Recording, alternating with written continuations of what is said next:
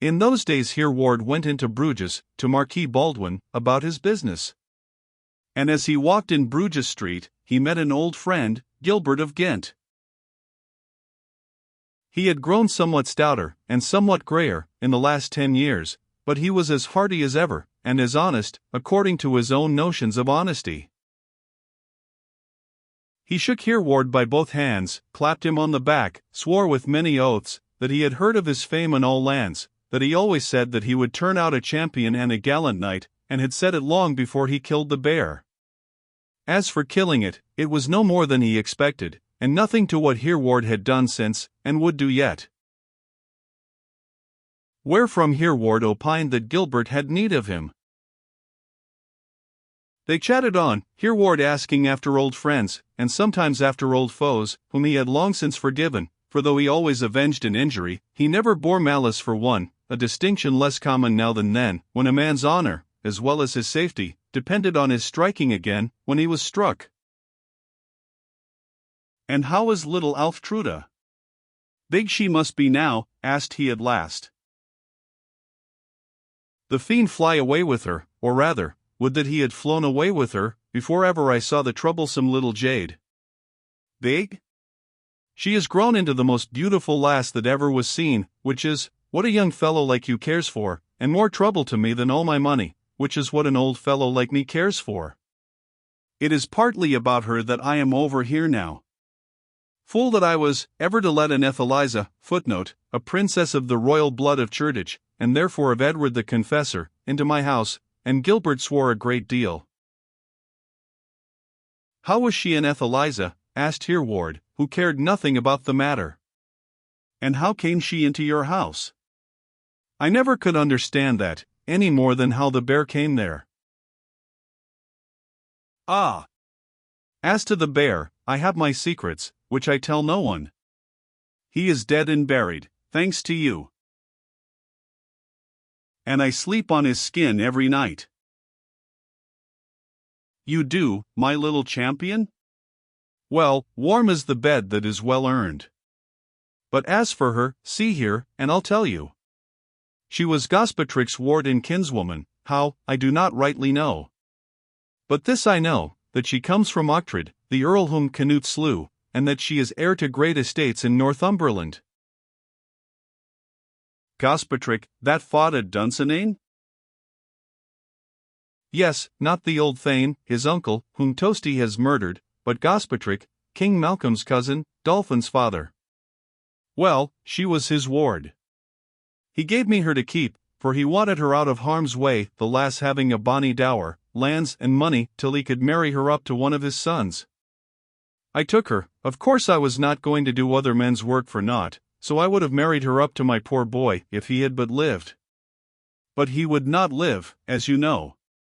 Then I would have married her to you, and made you my heir, I tell you honestly, if you had not flown off, like a hot-headed young springald, as you were then." "You were very kind. But how is she an Athaliza?" "Athaliza? Twice over. Her father was of high blood among those Saxons, and if not, are not all the Gospatrics Ethelings? Their grandmother, Uchtred's wife, was Ethelred, Evil Counsel's daughter, King Edward of London's sister, and I have heard that this girl's grandfather was their son, but died young, or was killed with his father. Who cares?" "Not I," quoth Hereward. "Well, he wants to marry her to Dolphin, his eldest son." "Why, Dolphin had a wife when I was at Dunsinane. But she is dead since, and young Ulf, her son, murdered by Tosti last winter." "I know." "Whereon Gospatric sends to me for the girl and her dowry." "What was I to do? Give her up? Little it is, lad, that I ever gave up, after I had it once in my grip, or I should be a poorer man than I am now. Have and hold, is my rule. What should I do? What I did.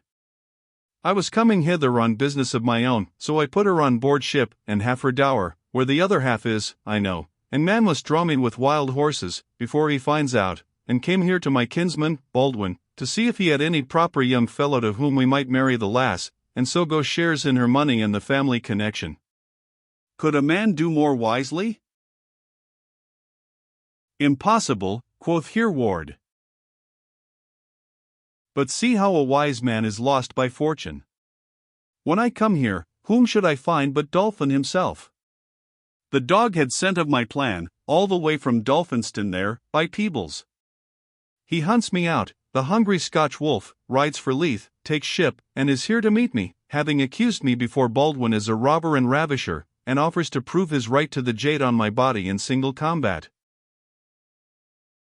The villain, quoth Hereward. There is no modesty left on earth, nor prudence either. To come here, where he might have stumbled on Toasty, who murdered his son, and I would surely do the like by him, himself. Lucky for him that Toasty is off to Norway on his own errand. Modesty and prudence? None nowadays, young sire, nor justice either, I think, for when Baldwin hears us both, and I told my story as cannily as I could, he tells me that he is very sorry for an old vassal and kinsman, and so forth, but I must either disgorge or fight. Then fight, quoth Hereward. Per se aut per campionem, that's the old law, you know. Not a doubt of it. Look you, Hereward. I am no coward, nor a clumsy man of my hands. He is either fool or liar who says so. But see, I find it hard work to hold my own in Scotland now. Folks don't like me, or trust me, I can't say why. How unreasonable, quoth Hereward.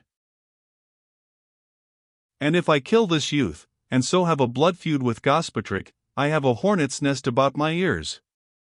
Not only he and his sons, who are masters of Scotch Northumberland, footnote, between Tweed and Forth, but all his cousins, King Malcolm and Donald Bane, and, for aught I know, Harold and the Godwinsons, if he bid them take up the quarrel. And beside, that Dolphin is a big man. If you cross Scot and Saxon, you breed a very big man. If you cross again with a Dane or a Norseman, you breed a giant.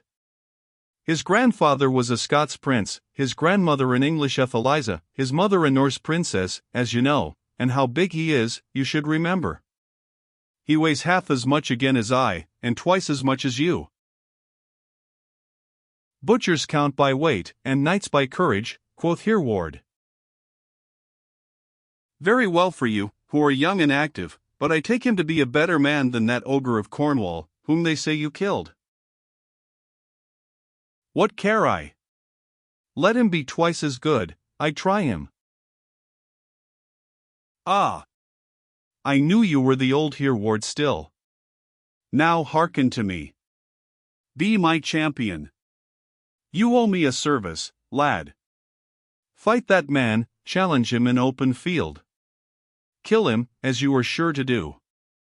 Claim the lass, and win her, and then we will part her dower. And, though it is little that I care for young lass's fancies, to tell you truth, she never favored any man but you.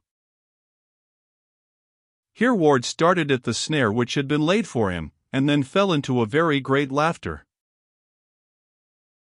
My most dear and generous host, you are the wiser, the older you grow.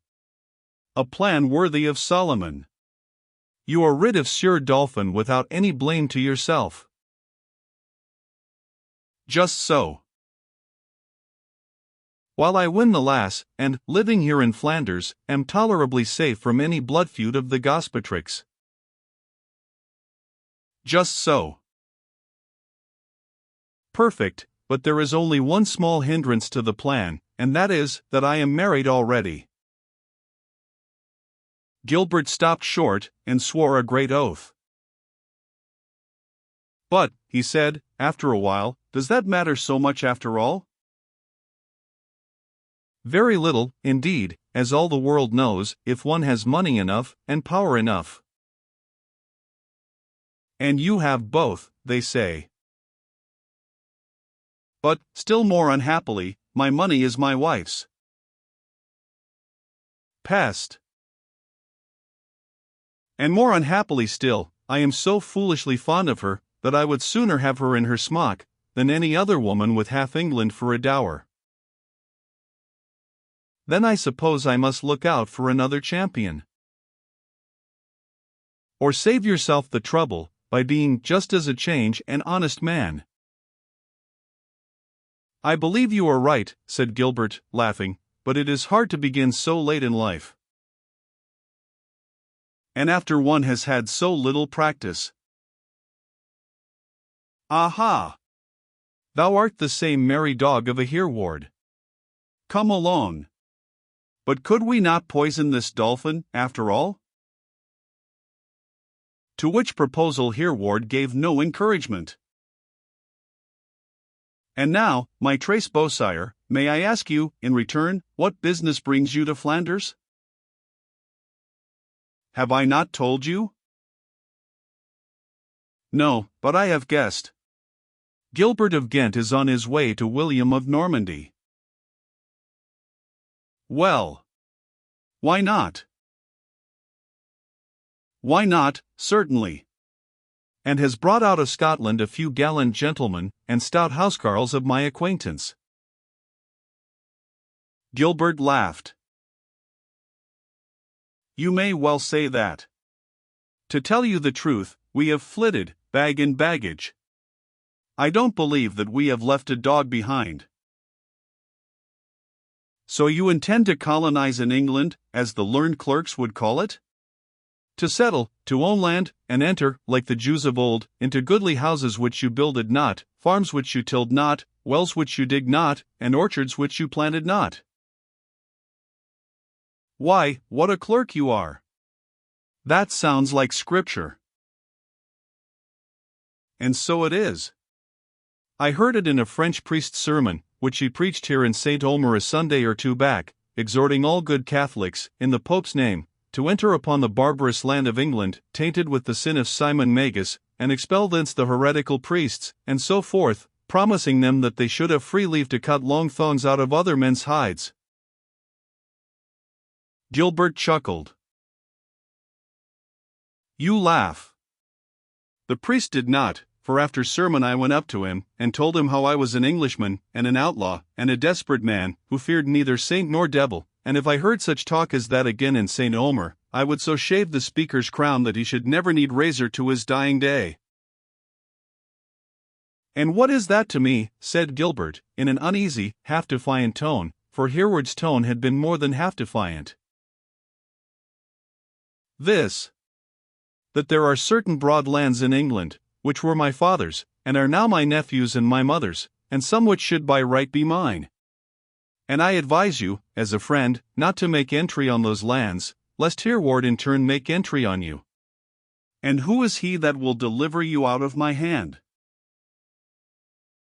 God and his saints alone, thou fiend out of the pit, quoth Gilbert, laughing.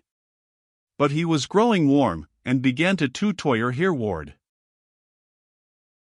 I am in earnest, Gilbert of Ghent, my good friend of old time. I know thee well enough, man. Why in the name of all glory and plunder art thou not coming with us?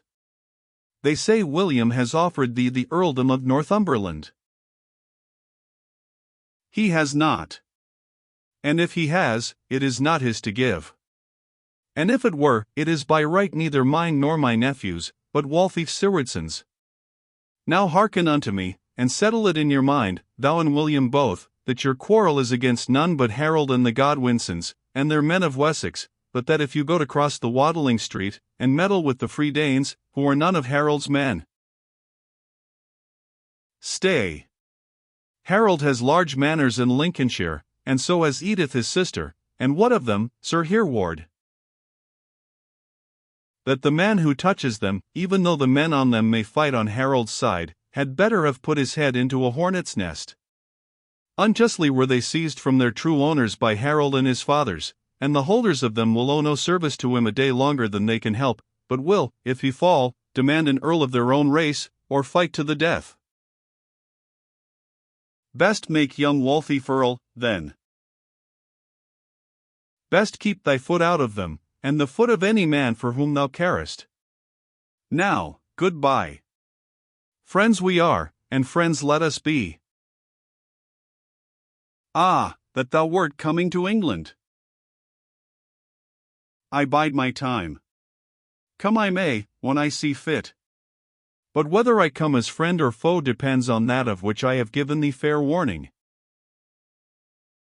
So they parted for the time. It will be seen hereafter how Gilbert took his own advice about young Waltheof, but did not take Hereward's advice about the Lincoln manners. In Baldwin's Hall that day Hereward met Dolphin, and when the magnificent young Scot sprang to him, embraced him, talked over old passages, complimented him on his fame, lamented that he himself had won no such honors in the field, Hereward felt much more inclined to fight for him than against him.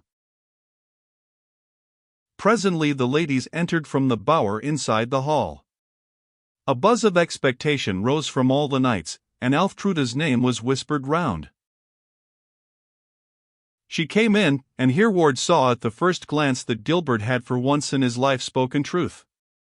So beautiful a girl he had never beheld, and as she swept down toward him he for one moment forgot Torfrida, and stood spellbound like the rest. Her eye caught his. If his face showed recognition, hers showed none.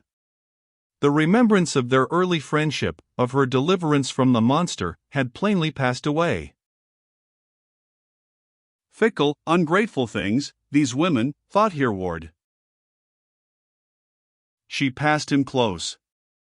And as she did so, she turned her head and looked him full in the face one moment, haughty and cold.